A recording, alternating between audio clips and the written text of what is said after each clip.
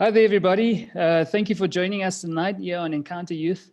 We're glad that you've stopped by. And we're just going to give 2 minutes so that everybody who's joining us can join us on the call. We'll join you in just 2 minutes.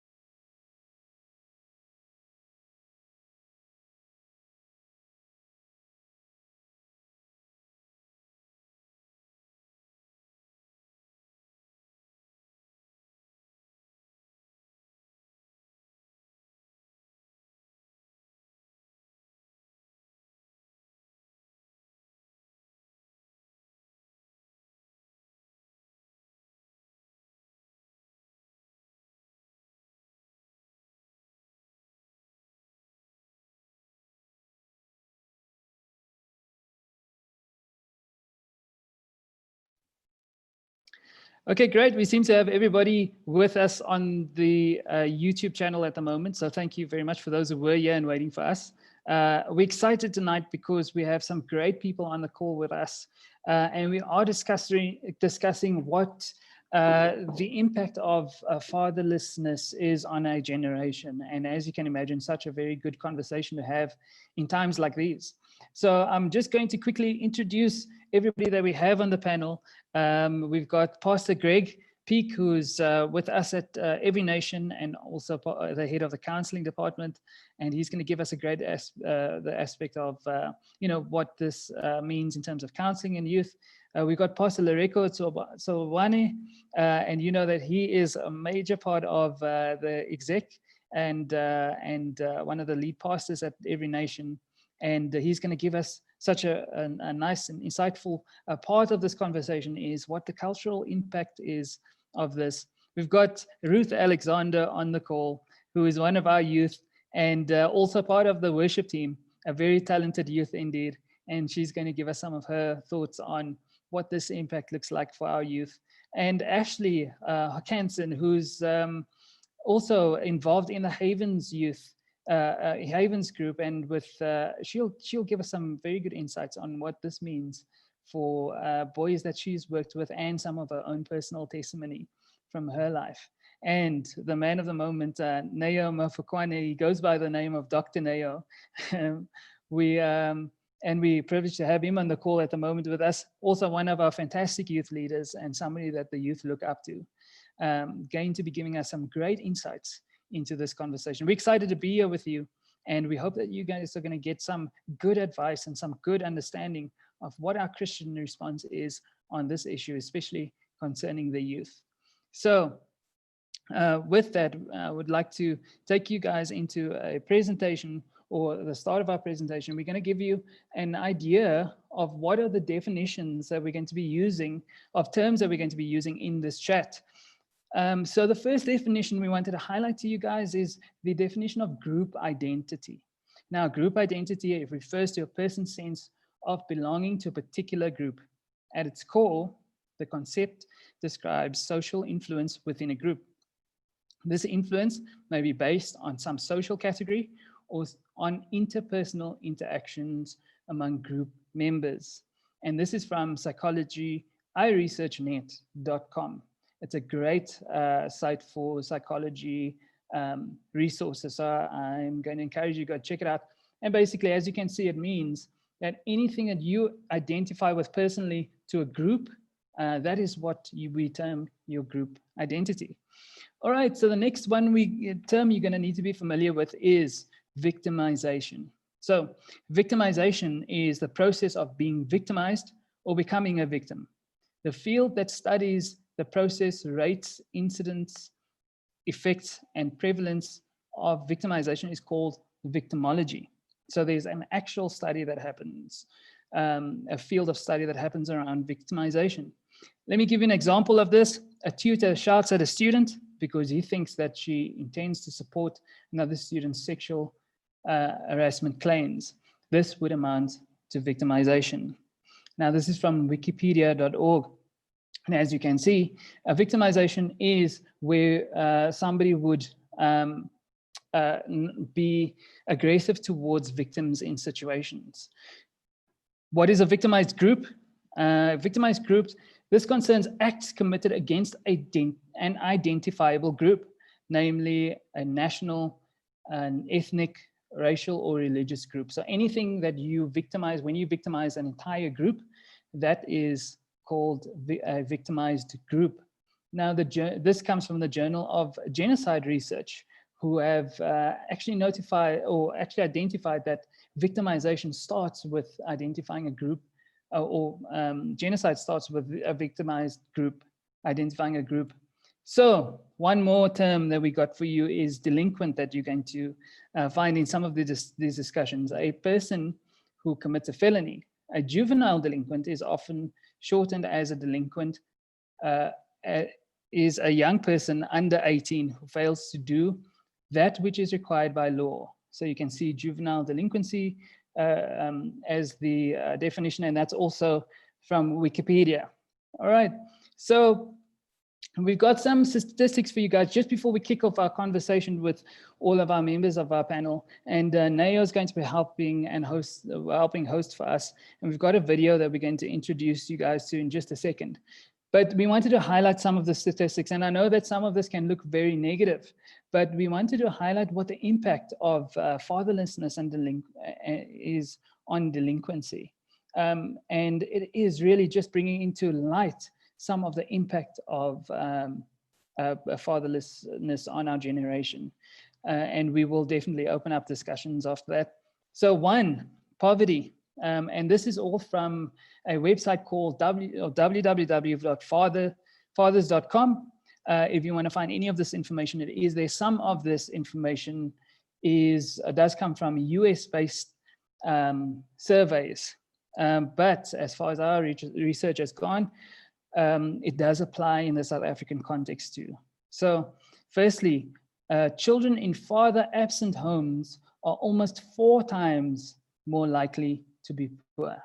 In 2011, 12% of children in married couple families were living in poverty, compared to 44% of children in mother-only families. And again, to contextualize it, we are definitely saying that mothers are doing a great job, but in the absence of fatherhood, there's a problem. So, secondly, drugs and alcohol abuse. The US Department of Health and Human Services states that fatherless children are at a dramatically greater risk of drug and alcohol abuse. We've got 2 more statistics for you under physical and emotional health. Firstly, a study of 1,977 children aged 3 and older living with a residential father or father figure found that children living with married biological parents had a significantly fewer externalizing and internalizing behavioral problems than children living with at least one non-biological parent. Very interesting statistics. Then lastly, children of single parent homes are more than twice likely to commit suicide. A very scary and sobering statistic. And again, we really do want to say to everybody that we are not trying to promote fear, but we are trying to highlight that there is a big problem. And we as Christians need to figure out ways to respond to this in a godly way and bring hope to the generations. So having said that, we've got a video of Jordan Peterson, who is a professor of psychology at the University of Toronto. Some of you guys might have heard the name.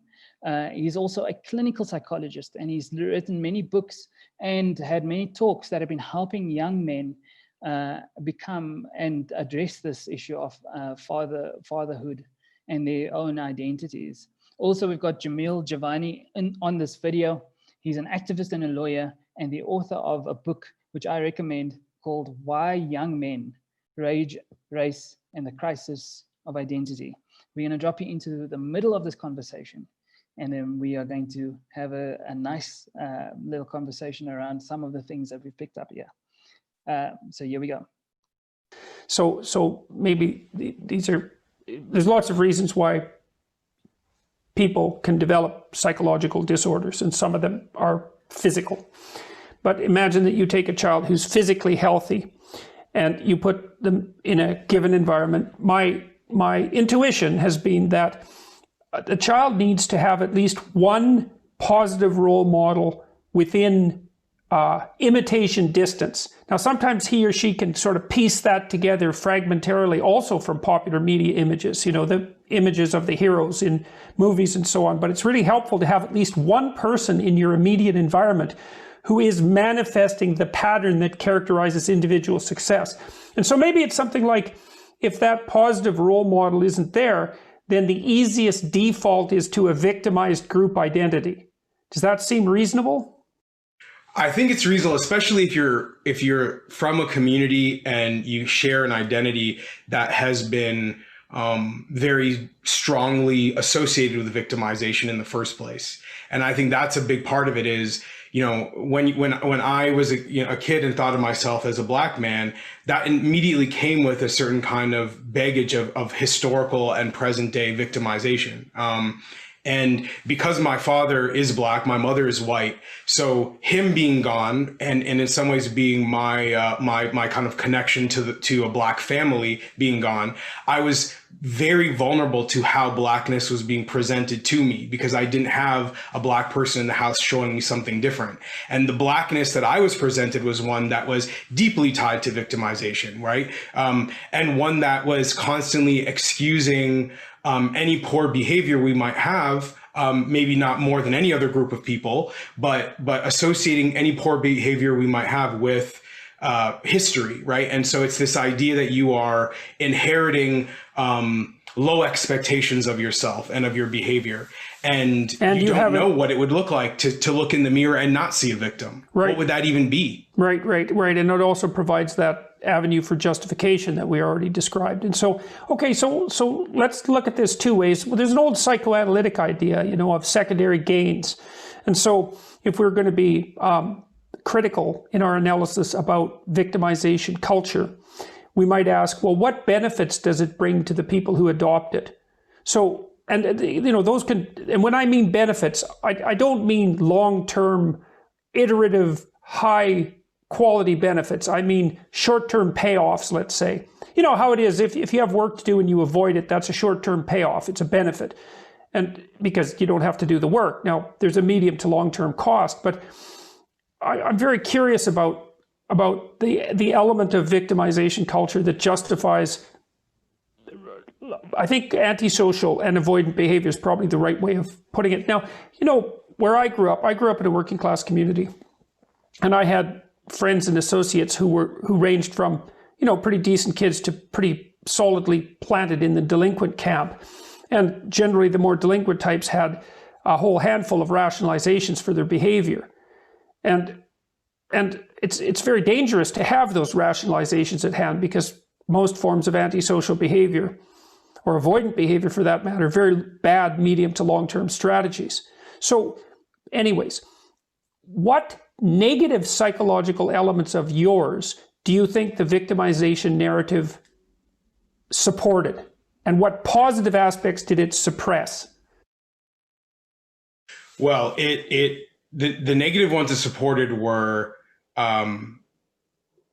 wanting to be mad at my circumstances and to not see any way I might be responsible for changing them. Right. Yeah. I mean, so I was a person, justification. Yeah. For so anger. I was looking for that justification. Yeah. The other thing that it does, and I don't know if it was unique to me because I think there are variations of it in everybody, but it just means that you don't feel the burden of solving a problem, right? I mean, it's hard to walk around feeling like if you worked a little bit harder, if you listened to people who care about you, if you, just made the effort and put the time in, that maybe things could be different. That makes you feel responsible for that. And that comes with the possibility of failing, right? I mean, Yes. It's scary to think that you could do something, and if you don't get it, then you're failing at it. Yeah, so that's another interesting thing about that assumption of learned helplessness, is that if you don't try, as Homer Simpson told Bart, if you never try, you can't fail. Yeah, exactly. Right. So, which is very comical. So that was definitely, I would say, like a negative part of my thinking, that wanting to see myself as a victim supported. In terms of the positive stuff that it kind of pushed down, I think it meant that I, for example, was willing to put my mom through some really, I did some really difficult situations where she had to stress and worry about me and what I was doing.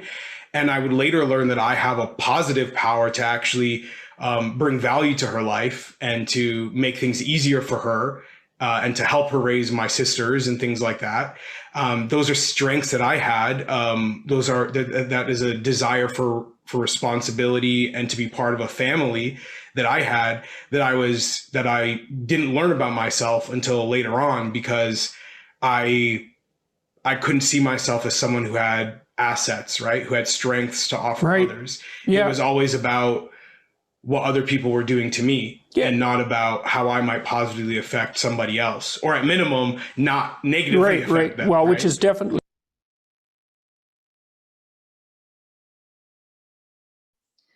Well, there we go. Such an interesting video. And right now, what we're going to do is just go to our panel and get some of their thoughts on just what some of this video said, some of the stuff we've raised. And I think Pastor Rex, if you don't mind jumping in here and just giving you some of our thoughts, of your thoughts on what we've highlighted so far. Sure. Thank you so much, Stu, for inviting me into this platform. And I think it's such an important conversation for us to be having, and for all of us to be engaging on it, whether it's teens or young adults, parents, whoever we are, that we're engaging around a healthy understanding of fatherlessness and the effects around that. And I want to talk maybe from the perspective of culture and the effects on culture. And where I'll start is a little story which I think many people have heard, maybe is around the story of that happened in the Kruger National Park. There was a time which in very recent history, when they were introducing young male elephants into the Kruger and into the herds, and they had been from culls in different areas. So when they had been reducing the elephant population in different areas, and they brought them into the Kruger. And what started happening was that the rhinos started dying at an alarming rate, and they started to lose just a lot of rhinos, and they couldn't understand why they were losing a lot of rhinos, and they didn't see the overlap or the correlation between introducing these very young elephants and the rhinos dying. But what they came to realize was that the reason that the rhinos were dying is because the elephants were killing them. And the reason that the elephants were killing them is that these young male elephants were growing up into adolescence and into their teen years, basically. And there were no older male elephants within the herd. And because there were no older male elephants, the young male elephants, when they came into their teen or their adolescent years, basically started owning that older role, or that parent role, and they entered into an early sexual phase, and were moved towards reproducing. Now the females, who were not being affected by this, were not interested in reproducing at this stage, and were not yet developed. The elephants, interestingly enough, in their frustration, turned to the rhinos and not getting any kind of reciprocation from the rhinos, it would typically end in the death of the rhino. And the solution for this was they started adding older elephant bulls into the herds, and this immediately stabilized the society, because the young male elephants no longer needed to be the adults in the scenario, and even from their evolutionary perspective, were no longer moved towards having to reproduce to keep the tribe going. Because that was the thing, is now the progression of the tribe was on their shoulders, or of the herd, and the introduction of the older male bulls being introduced into the society stabilized things and allowed an order to ensue that was a lot more natural, and gave the young elephants enough time to develop into out of their adolescent and teen years, into a time when they could then leave the herd and they could go start their own herd. And so I want to start there because this very much speaks into culture, and where we are in our cultures, and I think from specifically from the Black African culture, and within that, we're including colored and Indian and African Black.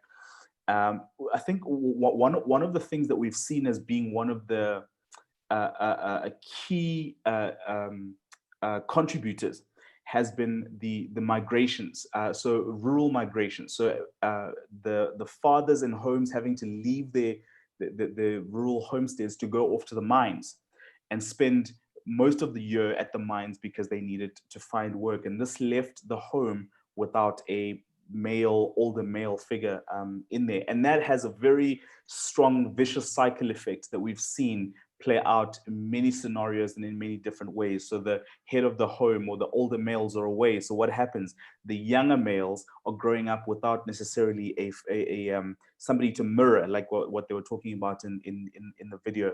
And so they quickly enter into their sexual stage and start practicing sex, and typically unprotected sex, and it leads to teenage pregnancy. What happens then? That relationship is not sustained, so this young male goes and impregnates somebody else. So by the time this young guy comes out of his teenage years, he is likely to be a father of 2 or 3, maybe even 4 children by different girls.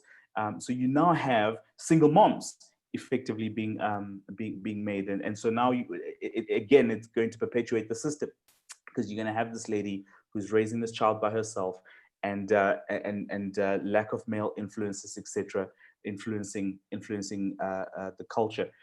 I was raised by a single mom. I feel like I can identify very much with this cycle.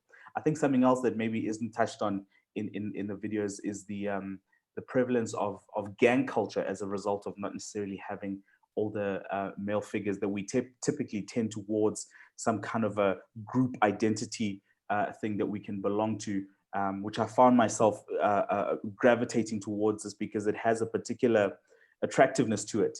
At least I can belong to something, and there's maybe some older boys in there that I can look up to, and I can do some things to feel like a man. But in essence, the culture that is formed is we all have to try and figure out what it means to be a man or a young woman, and we then tend towards different things. So maybe some of the guys typically would go towards gang or group things, teen sex. All of us are trying to find that place of like, okay, if I do this, maybe it will help me feel more like a young man. If I do this, maybe it'll help me feel more like a young lady, because there really isn't that affirming presence within that structure that's helping me. So a lot that goes into it, and a lot that I can say into that, but I don't want to hog all the airtime. So I think I'll pause there. I think that's I think that's brilliant. It gives us such a good picture of exactly what happens in our culture, and especially the analogy of the elephants. And as you said, even in my own community as a colored growing up in Cape Town, I saw very similar things. Is that because there isn't that like Jordan Peterson was saying, because there isn't a role model or figure close enough to me that I can reciprocate or mimic this behavior, I've got to find it somewhere else, and that is such a pertinent point. Before we go to Greg, I just want to catch with Ashlie. What are your thoughts around this? I mean, you work at the Havens, so you see some of this playing out too. Yeah, I mean, this is definitely a topic I'm super passionate about, and obviously, as a single woman, there's only so much I can do. But I mean, I love that video because it helped me, even in my context, kind of look at why some of our teenagers are drawn to different types of media and that sort of thing, because it does provide that, that connection, that identity that they don't have. I mean, I was taking notes during the video because I watched it earlier, and it just, so many things stuck out to me. But, he said it's, the burden of solving the problem, as a youth growing up in a single parent household, like you have the burden of solving the problem. If you don't want to have I hate the term broken home. I hate it. But if you don't want to have kids, that you're not in their life later, the burden's now on you as a young man to figure out how to be a dad. And I hate that. I hate that for, our youth and our children in the Havens. I hate it for, I think it's something like 9 million kids in South Africa don't have active fathers. It gets me very passionate and very worked up, but, it's true.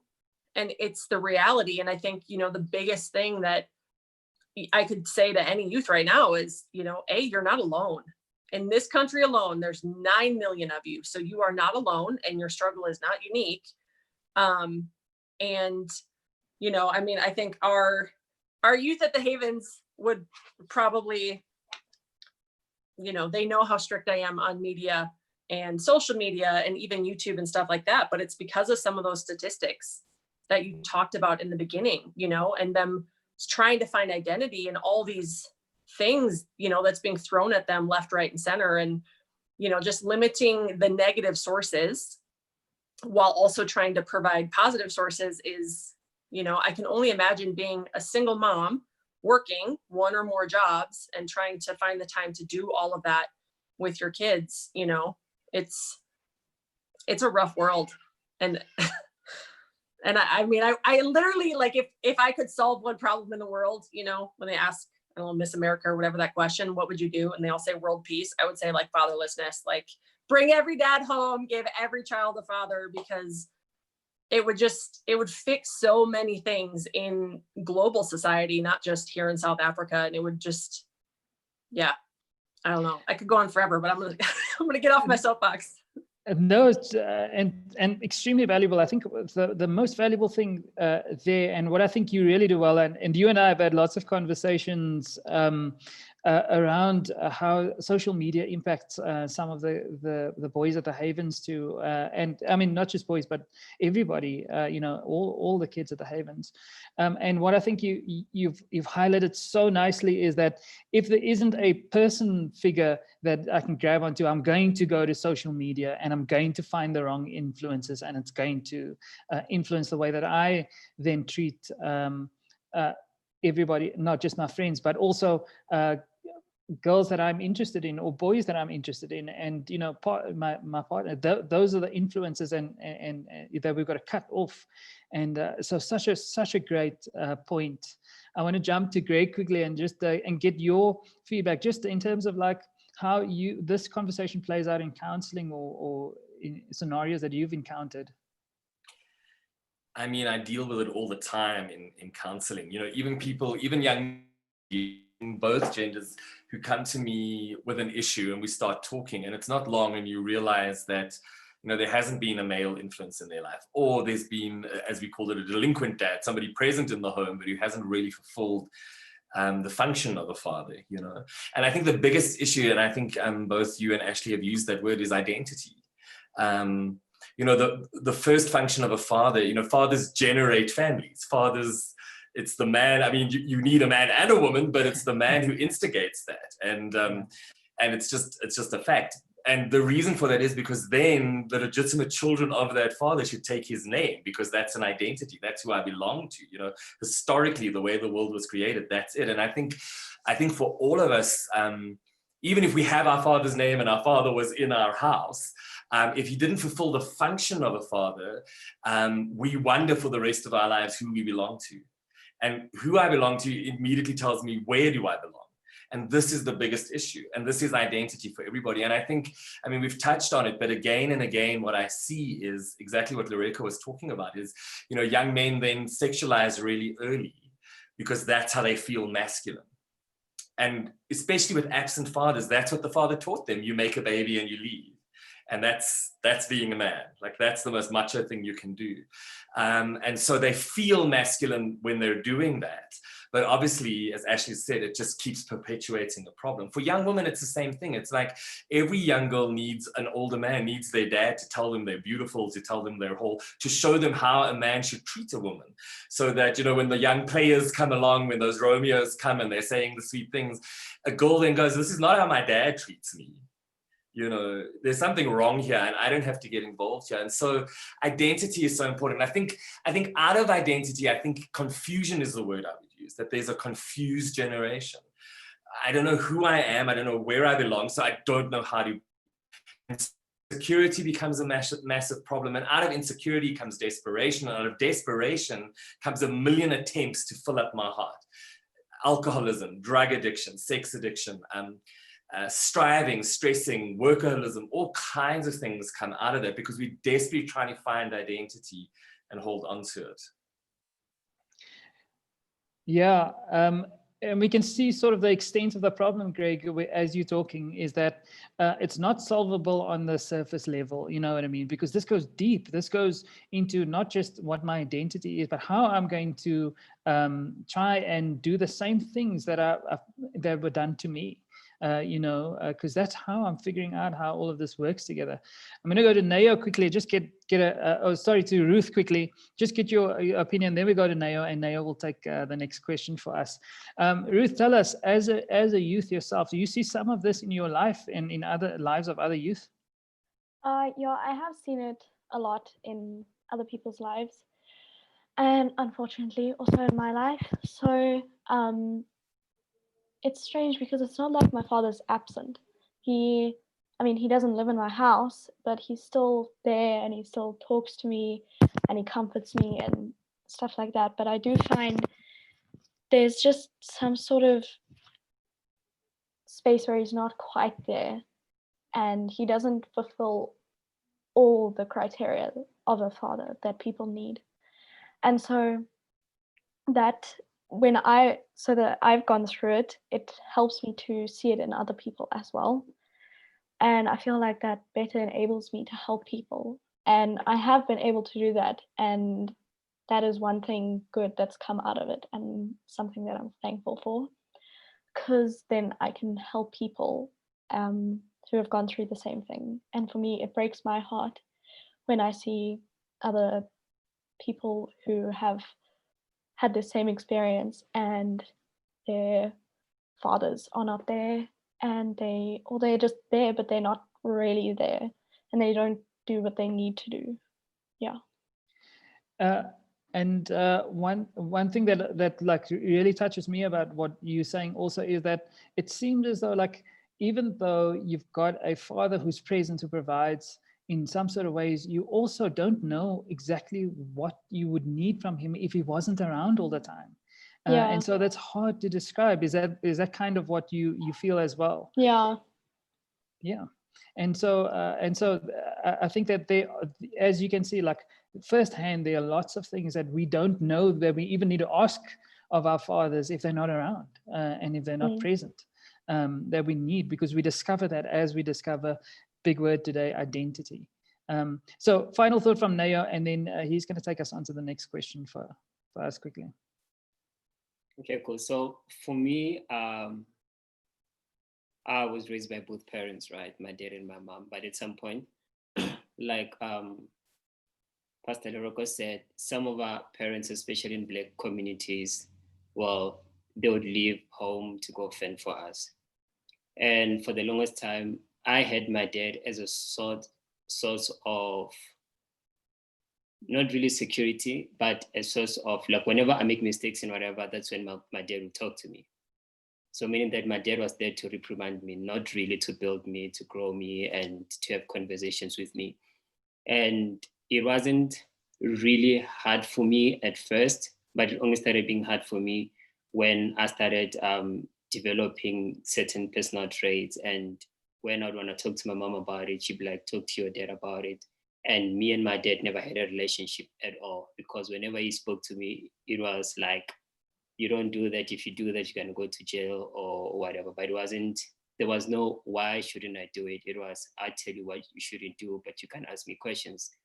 And because of that, for the longest time, I connected more, to my mom than my dad.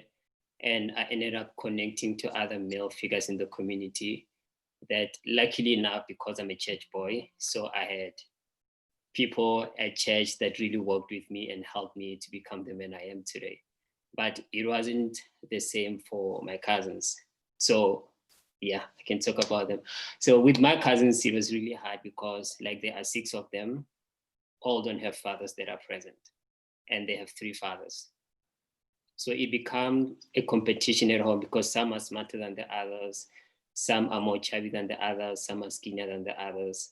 And because of that, there's that division at home that every child, when they make a mistake, they'll be like, yeah, your dad is probably like that. And because they don't have a relationship with their dad and they don't understand anything about fatherhood and how family structures work, they'll always fight and fight and fight. And some of them had to move out of the house when they were like 18, 19 to actually start their own small families outside the house because they felt victimized by the older siblings and stuff like that.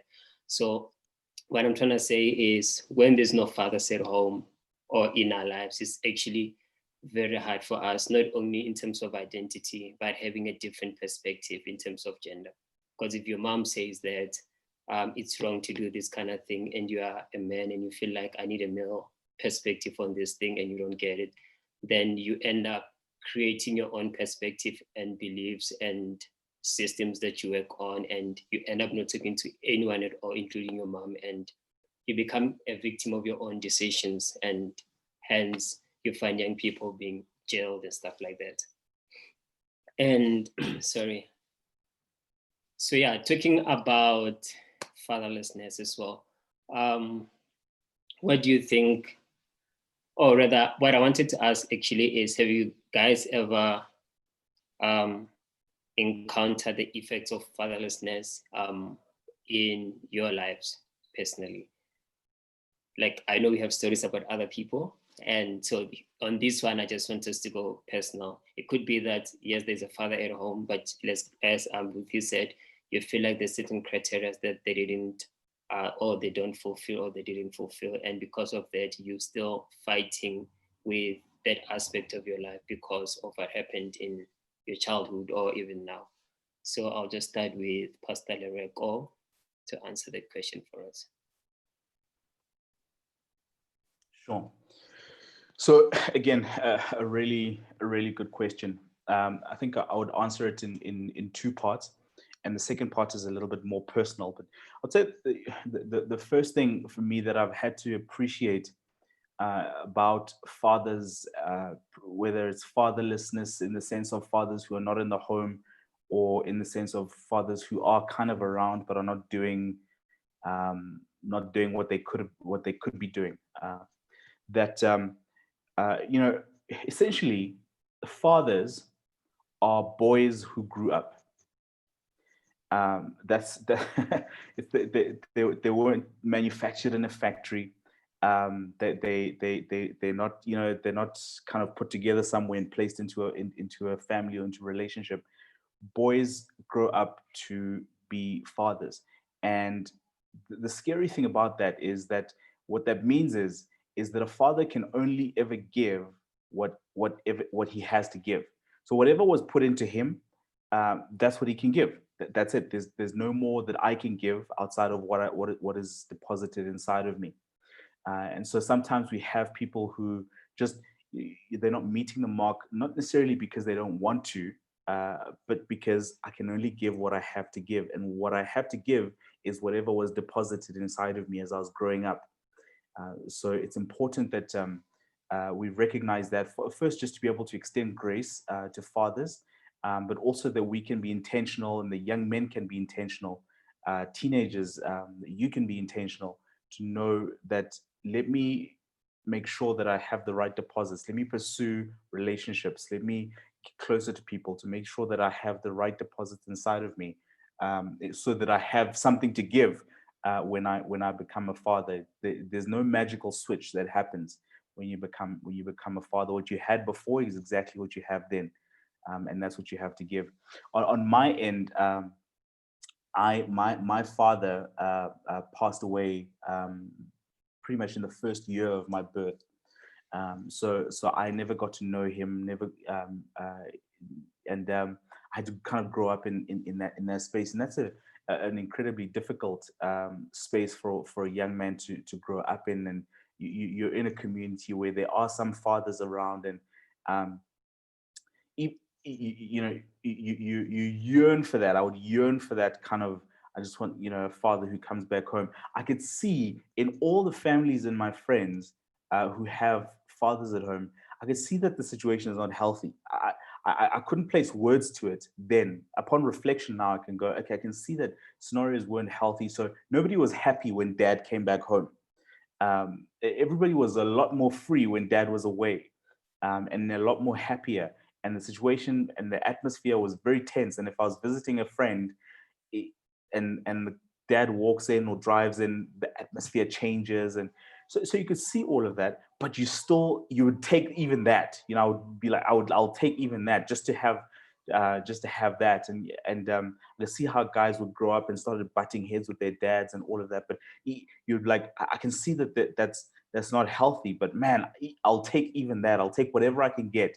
And that's the problem, that I'll take whatever I can get, is because I had the attitude, or that, not, it wasn't even an attitude, it's a hunger in me for something, and I'll take it in whatever form it comes, because that's where I would start to go looking for it. And it's with that positioning that I'll go looking for it. And if I'm going to look for something, and my understanding is that in whatever form it comes, I'll take it, it means that that's what I'll be exposed to. Gang culture. Gang culture doesn't necessarily mean that I go and I shoot and I stab people and I rob them, but I try and find a circle of belonging, and whatever bad behavior is required to be in that group, I'll be willing to do that bad behavior so that I can be in that group. And I would typically be the person who would try and excel at that kind of behavior, whatever it was, whether we're talking about drinking or sleeping around, or breaking the rules of some sort. Whatever that thing was, I would try and excel at it. When I went to school, whatever thing, whether it was sports, I would try and excel at sports, just to be able to find that affirmation in whatever format it was. And if it meant playing rugby really well or running really well would get me a pat on the back from a teacher, I would do that. Or would get me applause from my friends, I'll do that. If it means breaking the rules or drinking or sleeping with girls so that I could brag about it, which is terrible, but absolutely terrible. But I would do it because I'm looking for that affirmation, whatever way it comes, I'll take it. And that for me was I think that was my experience of growing up without a father. And thank God that he called me and I got saved, because he started to undo a lot of that and bring a lot of healing. But I think that maybe is a story for another time. Okay, cool. I hear what you're saying. So would you say that there's any positives that came out of you wanting to be the person that you wanted to be, being very competitive because you didn't have a father? I think that there's always some positives that we can find in these stories. So I do find a lot of positives. And I'm now able to appreciate the way I grew up. Later on in life, I didn't appreciate it then, but later on in life, I was able to appreciate the resilience that it developed in me, the strength that it developed, the sense of, man, okay, I need to push and get things done. The hustle that it developed. I've got a natural hustle that I think came about because of how I grew up, just knowing that, man, it's me, it's my mom, and then later on I had some siblings, but for a while it was just me and my mom, and I knew if things are gonna get done, I'm gonna have to do them, so I'm gonna have to figure out how to get things done. If I want certain things that my friends have, I have to figure out how to do that and how to get those. So there were certain positives that happened, and if I'm to be truly honest, I think that when I look at the kind of wounds that were inflicted on my friends because of their fathers, sometimes I would look at that and I would say, okay, I'm okay, I'm okay with, me and my mom, she was a single mom, she was both a mom and a dad to me, and she did an amazing job. And she made me into a strong person, because, man, if I look at what some of the other guys, even up until today, how those kind of father wounds have shaped their lives, I sometimes, I'm like, Lord, I'm grateful that you are my dad. Thank you very much. That was actually very good. So, Ashlie, tell me, in terms of the work that you do with the boys, obviously, there's a lot of effects that you see about fatherlessness, right? Would you say that between the boys and the girls, the effects are the same, or are they different? I mean, at a young age, I think they look pretty similar. As you grow up, you need different things at different seasons. So it definitely looks differently and affects them differently as they get older. Using, the story, I think it's from the Genesis Project, was the thing of moving the elephants. But I love that story because it so simply shows the importance of a dad for young men. And so, it's like there's the house where I work, we have 8 young men and children, and it's the constant, who's the alpha male, right? Because there is no alpha male. And so it's always who's tougher today, and who's the strongest, and who's the fastest, and a competition is, if you want to get everyone involved, you just have a competition. Kind of going back to what Pastor Lereko was saying. And I'm not as involved with our young ladies, but it definitely doesn't play out like that, for sure.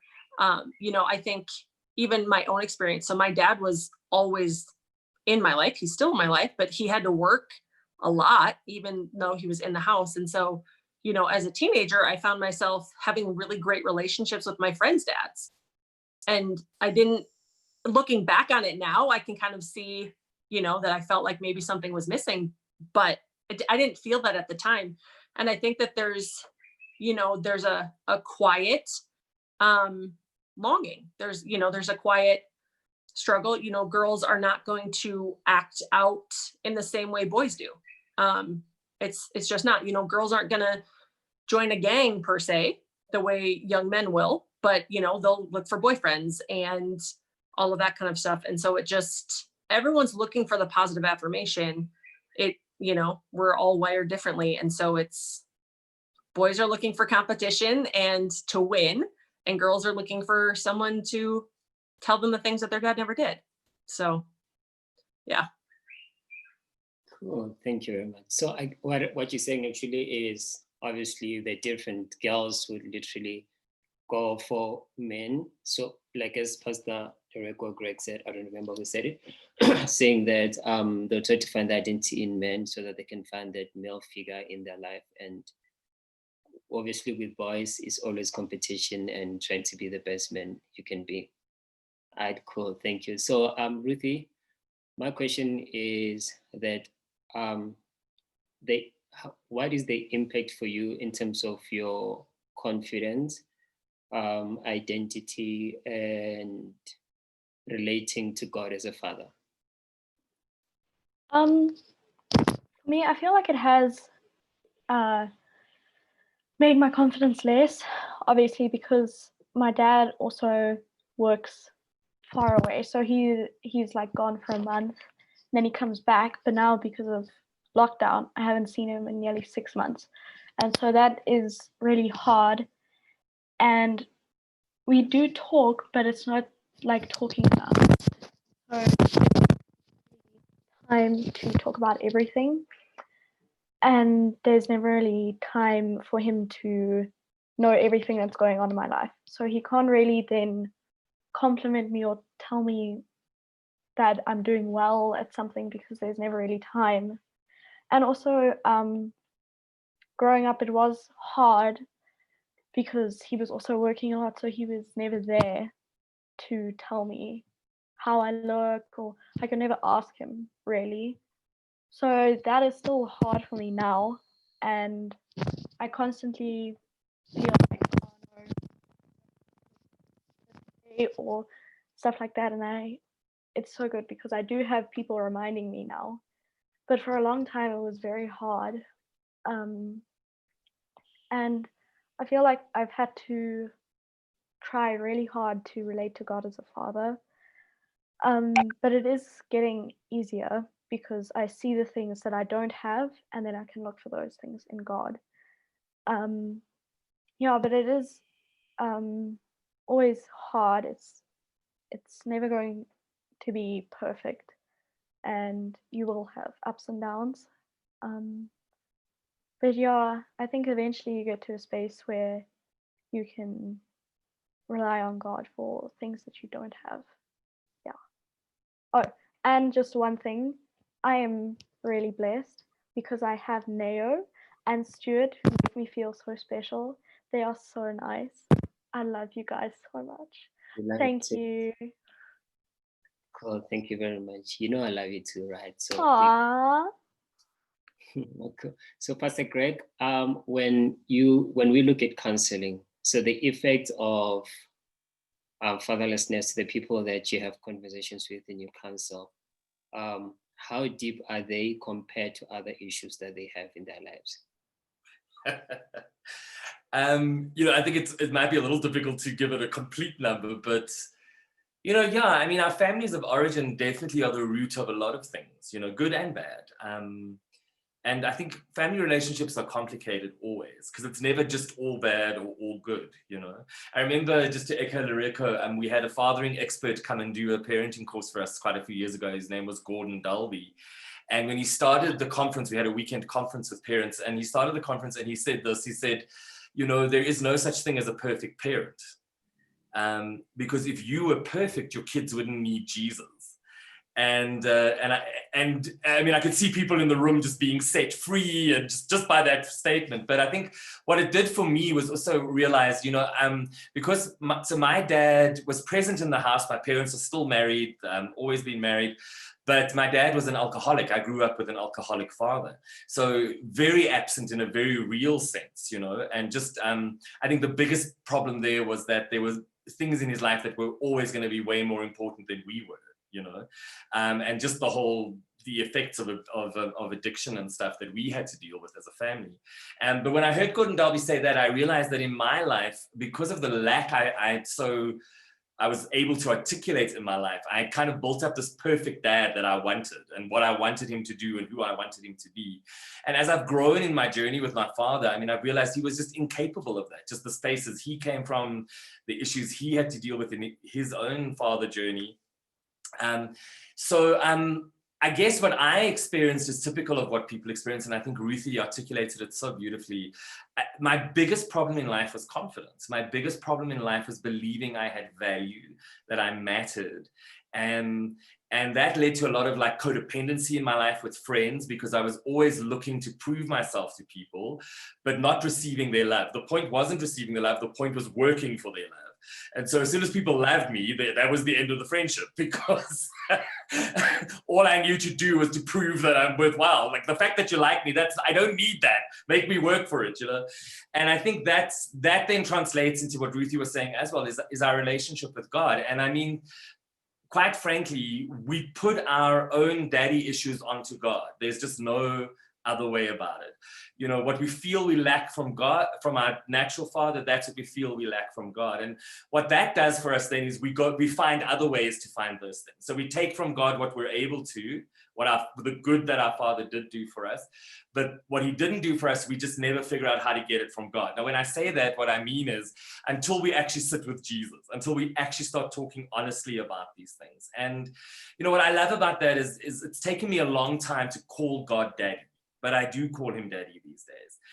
Not every time am I comfortable with that, but I'm getting more and more comfortable as I go. And this is the good news, you know, for every single one of us.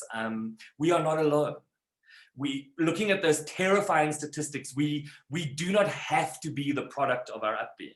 We really don't. That's my testimony. That's Lereko's testimony. That's Ashley's testimony. That's Ruth. I mean, all of us on this thing, because we are not alone. And God is a father. Whether we receive him, whether we like it, he is a father. And all his father-heartedness is available to us. And I think the real issue of life is learning how to receive that. Is learning that I'm worthy of love, is learning that I'm worthy of acceptance, that I don't have to stress and strive. I mean, I'm 48 currently, I'm soon going to be 49, and I'm still dealing with these things. I really am. And sometimes I wake up and I'm like, oh my word, 40 years later, and God just laughs and he says, well, I'm here for you. You don't have to strive, you don't have to stress, you don't have to prove. And that's just relationship with God. So yeah, I think that's pretty much all I have to say. That was actually very good. We should be doing offering now after that good message, but we're good. So Stuart, from the colored culture, so my question would be that what are the effects of fatherlessness that you've seen and that you think that they're actually continuing even now from generation to generation they passed forward? And as a newlywed, how do you see yourself building a different culture than the culture that you've seen growing up? Yeah, thanks, Nayo. I think it's a very good question. I definitely think that different cultures have the opportunity to. I don't know. Can you guys hear me? Yes. Okay, great. Sorry. So yeah, I think different cultures have this different take on fatherhood because it happens in different contexts all the time. So there are various factors, and we know it can get complicated because a father in one culture isn't exactly the same, or isn't expected to be the same in another culture. And it goes deep into the way that we have been brought up and all the things that we value in our different families. Now, this is none more evident than in the colored culture, because colored families are more often than not blended families. So where two cultures come together, and so in every different colored family, there's a different kind of father. You know what I mean? And so as a colored person and growing up in Cape Town, I saw almost everything that everybody described here. In maybe some things in my own father, but also some things in my friend's father or absent fathers. We were all very close together. Lots of us were very, very close enough together to experience all these different aspects of fatherlessness, or delinquent fathers, or fathers that were doing really well. You know, and that's what happens in colored culture. But I think that the most important thing, or the point that you are that kind of surfaces to the top here, and some of it was mentioned by Greg, is that we have a responsibility to, as Christians, also to realize that we have a new culture that we've got to push forward, and that's the godly, the God is my father culture. So looking at God as my father, and can I find examples of how God fathered, and taking that and saying, shucks, I need to let go of some stuff that I've learned, maybe that I've even liked, but I'm discovering that it's wrong. So for instance, in colored culture, it wouldn't be like strange to see colored dads sit together and drink together at a braai. You know what I mean? And get drunk, and their wives take them home, and it's in colored cultures, that's a funny thing, that's an expected thing.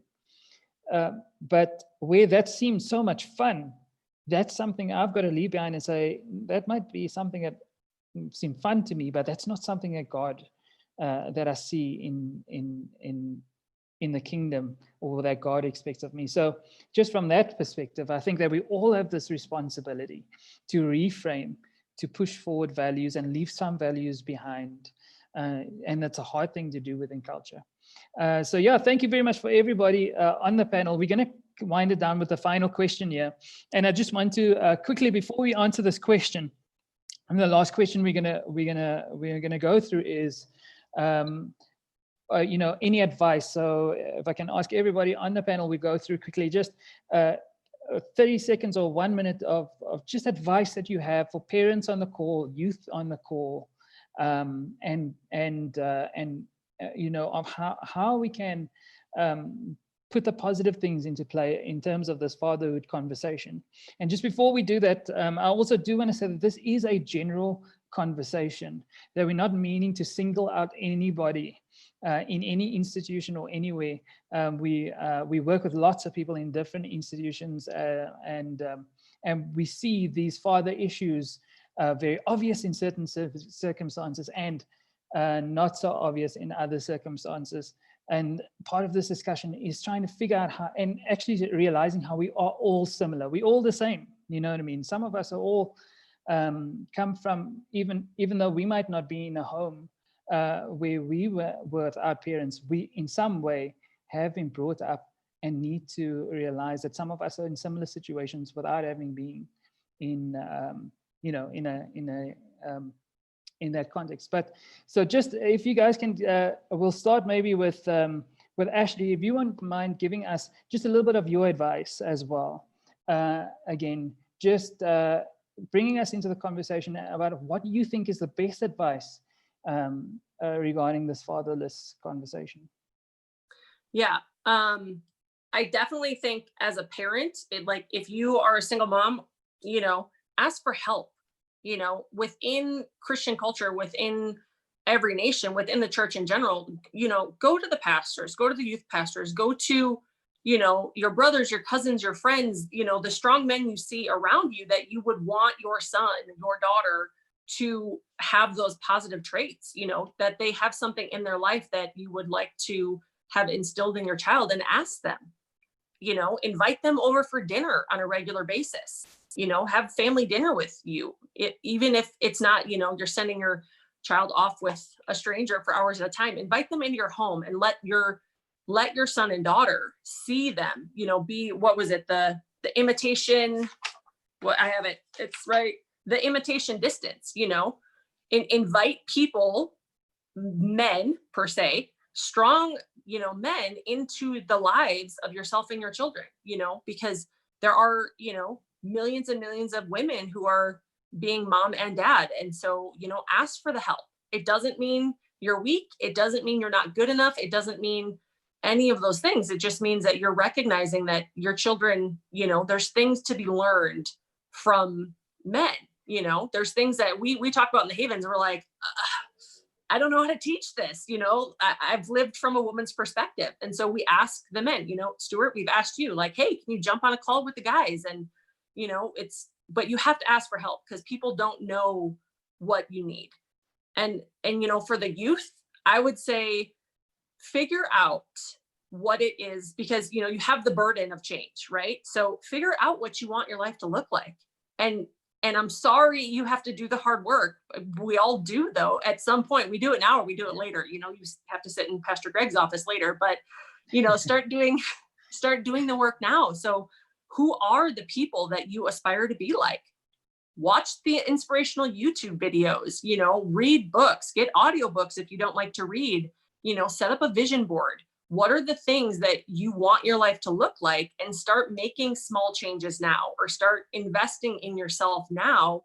You know, like read a book about how to be a great dad as a teenager, you know, so you know the sorts of things that you need to work towards as an adult. Hopefully you won't be a dad as a teenager, but you'll have, you know, 10, 15 years, whatever, to kind of think about the principles that you learned early and build towards those later. And so, you know, go to Victory Weekend, be part of the youth group, just get involved in those things that are going to help build you into the type of man who's not going to, you know, create children that he doesn't father, and the type of young lady that's going to have kids without fathers. You know, just invest in yourself. Excellent. I couldn't say it better myself. Really, really excellent advice. I think we all have the responsibility to, I like what you said, that imitation distance, which is from the call from Jordan Peterson. Try and place people within that imitation distance. Really excellent. Rex, can we get some thoughts about you? Give us some of those pearls of wisdom we know you have. Pearls of wisdom. Here we go. No, look, I think, guys, what I will reiterate is you know, what I said earlier on. Fathers are boys who grew up. So first thing is forgive your dad if he's not hitting the mark the way you think he should have. If he's not even around, or find it in yourself to forgive your dad. Pray, ask God to give you the grace, because he can only ever give you what he has. And if he didn't have a present dad growing up, and he didn't do the work, then that's all he has to give. Which leads to the second thing, which is be intentional.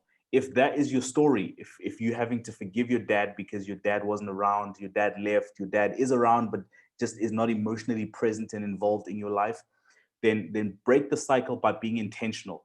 Make sure to deposit in you, which is exactly what Ashlie was talking about. So all of those things that you can do, reading a book, getting closer to other people, getting into that imitation distance space and hanging out with people, and figuring out how to do it, and depositing that inside of you, praying, reading the Bible. All of these things are being intentional to make sure that you will have enough deposited to be able to give better than what you received. So if you're not fortunate enough to be in the place like I was, where you didn't receive everything that you needed to receive from your dad, then deposit. There are resources, there's books, there's a whole community of people. Be intentional. And the third and final thing is, single moms, you're not failing. If you're a single mom, you're not failing. You are graced by God to do this work. I was raised by a single mom, and she raised me into a disciplined, strong person of boundaries, who recognizes authority, who's able to lead, take responsibility, and make something of himself in life. So single moms, you're definitely not failing. So those would be my three things. I love what you're saying, and what's such a important thing to continue to remember is to be gracious towards our dads, who are present and who are there. And I think what's so great about that approach is that you give yourself a chance to figure out some stuff without getting stuck in this mentality of somebody's to blame for where I'm at. Really excellent advice. Thank you, Rex. Greg, can we go to you quickly? Just give us some cool final thoughts and some advice on how to navigate this thing. So they have to be cool, Stuart, is that right? Yeah, it has to be cool. Because I've done all the wise stuff, so you left with cool. So now thanks, Lereko. Thanks. Listen, I think just to comment on Lereko talking about forgiveness, I mean, if I can just give some advice of how to forgive your dad, because that's the journey I've been on for long. And I think a couple of things I've learned is you can't forgive somebody till you know what you're forgiving them for. Sure. That's Good. really important. And so I think, you know, TD Jake says you can't start forgiving somebody till they stop hurting you. So sometimes that gets complicated if you're still, even if you're young enough to still be at home. But what I'm saying about that is you've got to acknowledge what you've lost. You've got to acknowledge what you don't have. And this, you know, the Bible commands us to honor our mother and our father. But I think we've got confused about what that really is. I mean, honoring my dad was realizing he didn't have what I needed. But until I could acknowledge that, until I could say, you know what, I'm not blaming you anymore because now I see you were just incapable of holding what I needed. However, that wasn't good. That wasn't okay.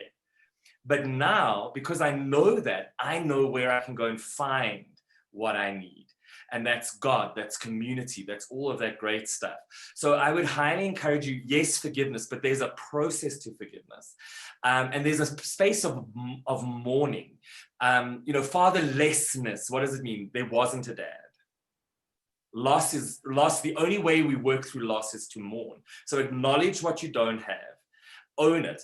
I also know in my journey, when I started acknowledging what I didn't have, that's when I started dealing with my anger. I think Ashlie can comment maybe on this, but I think men without dads or daddy issues, anger and rage is just a part of your life. And until you acknowledge what you've lost, then you can go, that's why I'm angry. I'm angry because I didn't have somebody to cheer me on. I'm angry because there wasn't somebody who just told me I was good enough, whatever your specific issue is. And so when you acknowledge that, when you mourn that, that's when you're going to feel that anger become a lot more manageable because you're going to understand what it is. And then you've got to push in. You can't just have a void. I love the whole imitation gap, all of that. But also with God, He is your Father. It's hard. It's hard. But when you go after Him, you find Him. He is that good. You know, the prodigal son is this beautiful, beautiful picture of God's father heart for you. It really is that He's going to run to meet you, but you're going to have to embrace Him also. So yeah, just big thoughts, not easy, but just figure out in your own life with God how you're gonna do that. And I love what Ashlie was saying. No matter single moms, kids, older people, come and talk to somebody. Tell somebody, I think I've got daddy wounds. I think I've got some issues that I haven't dealt with. Find somebody to talk. Doesn't even have to be counseling. Just have coffee with people who like you and that you like. You'll start figuring it out. Excellent, Greg. I mean, I really love that perspective, and I also hear you about just making sure that you acknowledge and grieve for some of the stuff that you've missed. I think it's such a step that we want to jump over because that's the hard one. You know what I mean? All right, so let's two more to go. Let's go Ruth and then and Neo, and then we'll close and wrap up. I know we're already over time, but thank you for staying with us. I think it's such an important conversation. We might need a part 2, but let's see. Ruth, would you give us some thoughts quickly? What advice do you have for other teens in similar situations to you? For me, my advice is that you must appreciate the parent that you do have. So it's usually your mom. And I know I've seen other people whose mom or parent, I don't know how to explain it, they don't really either fulfill what they need. But for me, I'm so grateful that I have a mother that does. And so that just ties in that single mothers aren't failing and they're doing really well, because a lot of people are raised by single parent homes and they turn out pretty well. So I'm so thankful for my mom and that I've turned out the way I have. So my advice is appreciate your mom, because it's also hard for them. Yeah. Also excellent stuff. I think appreciating what you do have is also a very big part of acknowledging that God is in control. Naya, let's get one thought from you and then I'll wrap up for us. I have 2. First one would be that fathers, so like I think was Lereko said that we should apply grace to our fathers. One of the things that I've learned with my dad as well was that the dad that I had as a teenager and the dad that I have now, they're 2 different fathers. I have more relationship with my dad now. We resolved my childhood issues. We had conversations about it. He apologized and he was like, I didn't have a father, so I didn't know how to be a father.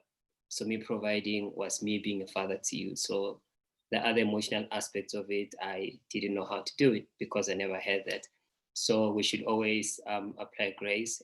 And I think as teenagers or as young people also keep trying to have a relationship with your father. I know rejection is hard, but keep trying to have a relationship with them. And eventually some, not all, they do come around and give you the relationship that you want. And in terms of, well, another one is for youth ministers or young adults.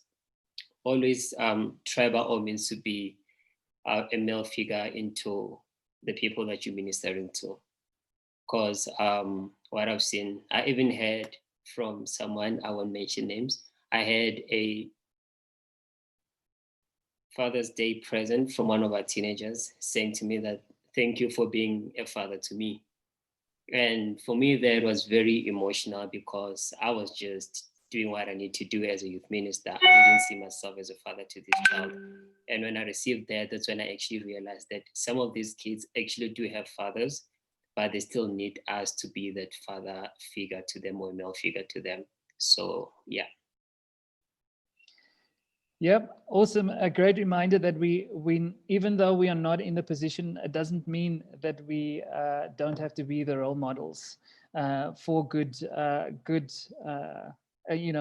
fathers in society. And so thank you very much to everybody on the panel here today. I think it was really great insight. I think it's a massive conversation. We might need to have another one of these. I think it's super important. And we're realizing how important it is as we're discussing all of these things. So maybe a part 2 coming soon. I do want to say to everybody joining us here as well, thank you very much for staying on the line with us. And we hope that you are taking a lot out of this because this is about more than just us here. It's bigger than all of us. And also, I do want to say that if anybody's on the call, we really don't want you to feel like you've been singled out. If we've mentioned anything in specifics, we want you to know that you are not alone, and this is a general problem. We've all experienced this, and we are with you. And so we love you guys, and I want to pray for us all, and we'll sign off from the youth team. So thank you, Father, for this conversation, this opportunity, and all these amazing people on this call today. Thank you for the braveness of heart that they've had to share some of their personal stories, and also just the opportunity for us to discuss some of these things and help those who need help, who are seeking help, Father. We pray that you continue to use each of us and that you continue to speak light into the darkness, Father. In Jesus' name I pray.